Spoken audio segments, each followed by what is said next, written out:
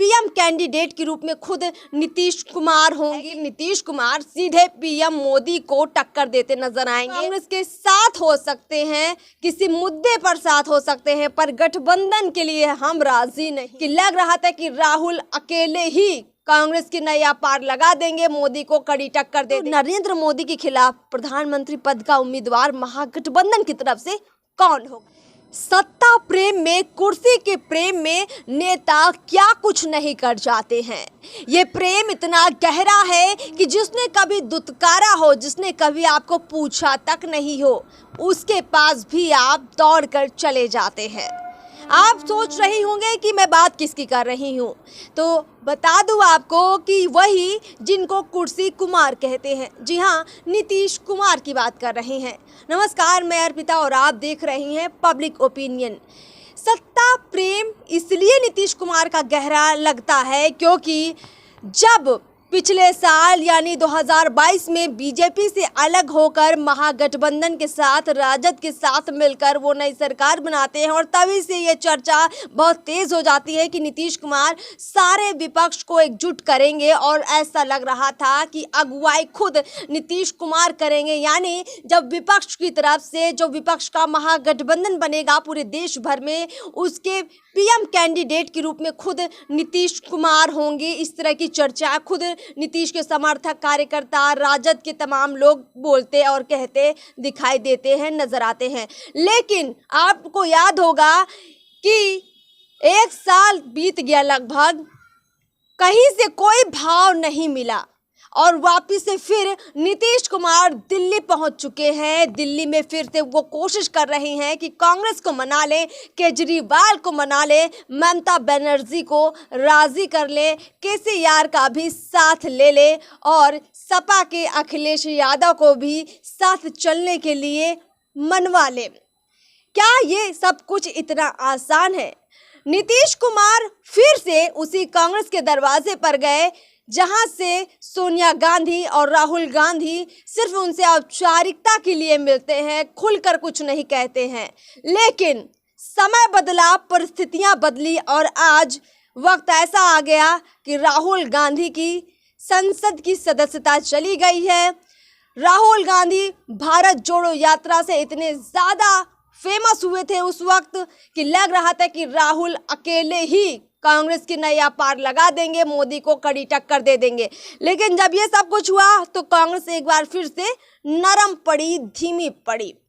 मल्लिकार्जुन खड़गे जो कि कांग्रेस के नए अध्यक्ष हैं और वो फोन करते हैं नीतीश कुमार को हाल फिलहाल में, जिसकी नीतीश कुमार चर्चा भी करते हैं, और खड़गे बुलाते हैं नीतीश कुमार को बातचीत करने के लिए।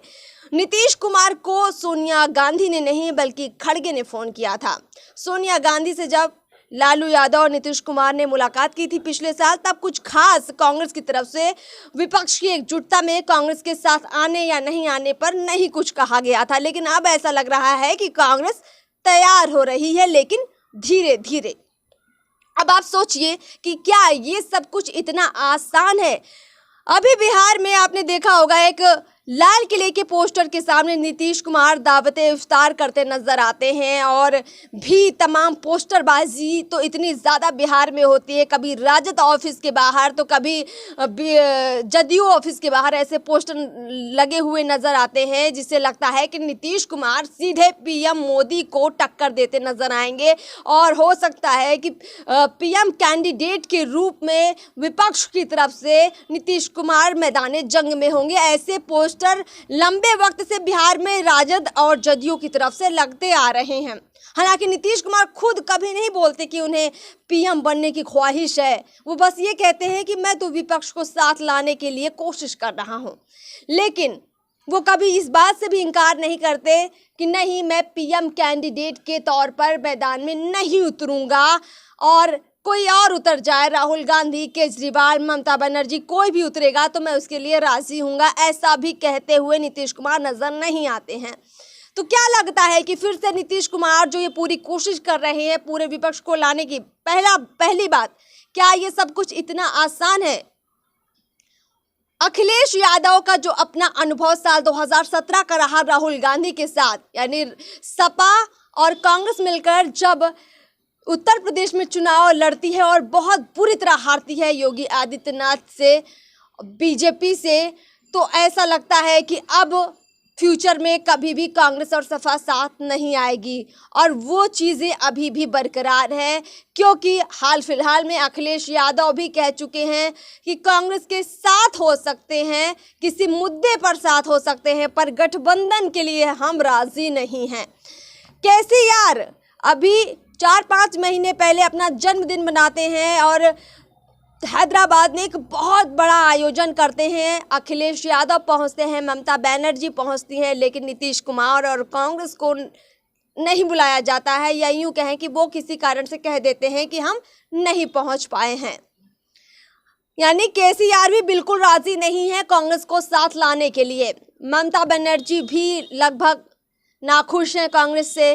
केजरीवाल भी नहीं लगता है कि इतनी जल्दी हामी भरेंगे, लेकिन नीतीश कुमार चाहते हैं कि सारा दल यानी सारे विपक्ष जब साथ आए तो कांग्रेस जरूर साथ में रहे। अब इसके पीछे वजह क्या है? वजह ऐसी है कि जानते हैं नीतीश कुमार कि कांग्रेस इकलौती ऐसी पार्टी है बीजेपी के अलावा जिसके पूरे देश भर में कई राज्यों में मुख्यमंत्री हैं, साथ ही साथ एक नेशनल पार्टी कांग्रेस है। और उस नाते से अगर कांग्रेस इस महागठबंधन में शामिल नहीं होगी तो विपक्षी एकता की जो बात हो रही है वो संभव ही नहीं हो पाएगी। अब नीतीश कुमार की इस कोशिश में कांग्रेस उनके साथ थोड़ी नरम दिख रही है। मल्लिकार्जुन खड़गे भी उनसे बातचीत करके बहुत कुछ कह चुके हैं। अब अंदर की बात क्या है ये तो कुछ वक्त में बिल्कुल खुलकर सामने आ जाएगा, लेकिन अंदर खाने की बात जो हमें पता लगी है उससे ऐसा लगता है कि राहुल गांधी की जो संसद की सदस्यता है वो एक बहुत बड़ी चीज हो गई, जिसकी वजह से कांग्रेस जो है थोड़ी कमजोर पड़ गई है और अब नीतीश कुमार को भाव कांग्रेस की तरफ से खूब मिल रहा है। तो कुल मिलाकर देखना ये दिलचस्प होगा कि नीतीश कुमार फिर से दिल्ली गए हैं, किस किस से मुलाकात करेंगे, क्या कुछ कहेंगे, वो एक अलग मैटर है। लेकिन क्या वाकई में 2024 के चुनाव में सारे दल एक साथ आएंगे? और अगर एक साथ आ भी जाते हैं तो सीटों के बंटवारे को लेकर सभी खुश होंगे, और अगर सीटों के बंटवारे पर भी राजी हो जाते हैं तो जब बात आएगी कि महागठबंधन की तरफ से प्रधानमंत्री कैंडिडेट कौन होगा तो किसका नाम होगा, कौन राजी होगा किसके नाम पर, राहुल गांधी, नीतीश कुमार, केजरीवाल, क्या ये सब लोग एक दूसरे के नाम के लिए राजी होंगे? बिल्कुल ऐसा लोगों को नहीं लगता है।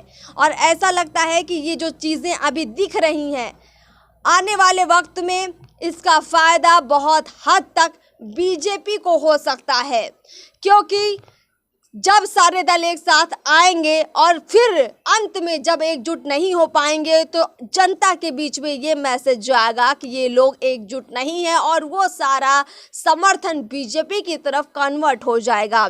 ऐसे कयास लगाए जा सकते हैं। हालांकि इस बारे में और भी बहुत सारी बातें हैं जो हमें आपके सामने रखनी है, तो अगली फिर किसी चर्चा में हम वो बातें रखेंगे। फिलहाल इस वीडियो में इतना ही, और साथ ही कमेंट बॉक्स में आप ये ज़रूर बताइए कि आपको क्या लगता है, क्या नीतीश कुमार सारे विपक्ष को साथ ला पाएंगे? और साथ ला भी दिए तो नरेंद्र मोदी के खिलाफ प्रधानमंत्री पद का उम्मीदवार महागठबंधन की तरफ से कौन होगा?